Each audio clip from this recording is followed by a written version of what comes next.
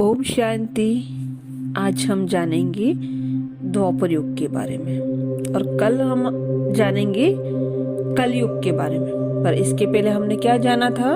त्रेता युग के बारे में कि सतयुग में श्री कृष्ण गोविंद हरे मुरारी कहा, हे नाथ नारायण वसुदेव कहा। इस पंक्तियों में श्री कृष्ण के पूरे जीवन के विभिन्न स्वरूप की महिमा गाई हुई है। बचपन में जिसको श्री कृष्ण कहा, थोड़ा बड़ा हुआ तो ग्वाला बना जिसको गोविंद कहा, और जब रास लीला रचाई तो उसको हरे मुरारी कहा, और जब राज गद्दी पर राज करने बैठते उन्हें नाथ नारायण कहा। और वही वसुदेव में भावार्थ श्री कृष्ण ही नाथ नारायण है। अगर श्री नारायण सतयुग में है तो उसका बचपन का स्वरूप भी वही होना चाहिए। श्री कृष्ण या नारायण सतयुग में 1250 वर्ष में 8 जन्म होते, इसलिए श्री कृष्ण का जन्म उत्सव जन्माष्टमी के दिन बड़ी धूमधाम से मनाते हैं, क्योंकि श्री कृष्ण जैसी परमात्मा के 8 जन्म इतने श्रेष्ठ कि उनके 8 जन्म की जयंती मनाकर हम भारतवासी गर्व महसूस करते हैं। इस तरह सतयुग में हर देवी देवता के 8 जन्म होते हैं। फिर आता है त्रेता युग।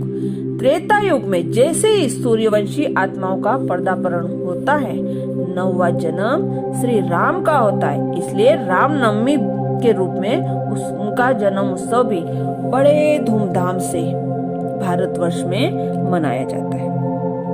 सतयुग के देवी देवता 8 पुनर्जन्म धारण कर सीढ़ी के 8 पायदान नीचे उतर जाते हैं तो उनकी पवित्रता की 2 कला कम हो जाती है और 16 कला से 14 कलाधारी बन जाते हैं। इस युग में सतयुग की 150 वर्ष की आयु से कम होकर 125 वर्ष की हो जाती है।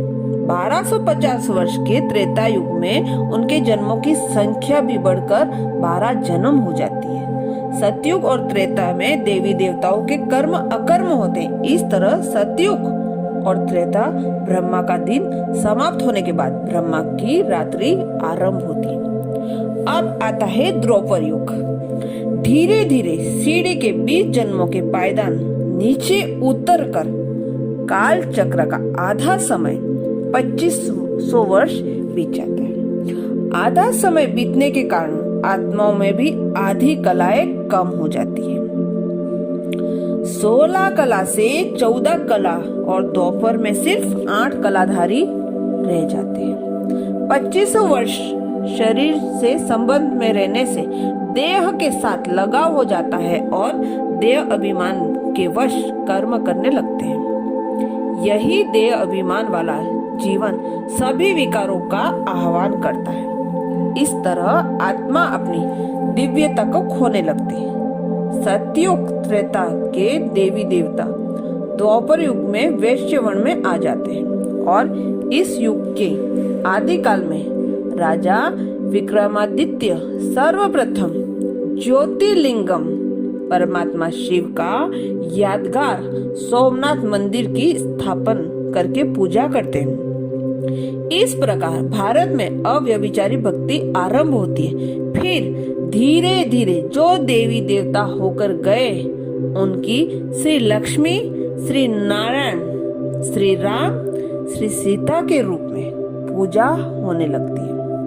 आत्माएं अपनी सतो प्रधान स्थिति से रजो प्रधान स्थिति अवस्था में आ जाती और सीढ़ी के 20 पुनर्जन्मों से गुजरने के कारण आत्माओं में शक्ति क्षीण हो जाने से अकाले मृत्यु होने लगती। इस कारण से आयु और भी कम होने लगी और यहाँ आत्माएं 21 जन्म लेती और आत्माओं का श्रेष्ठ कर्म का खाता क्षीण हो जाने से वह पूर्ण कर्म करने लगती है।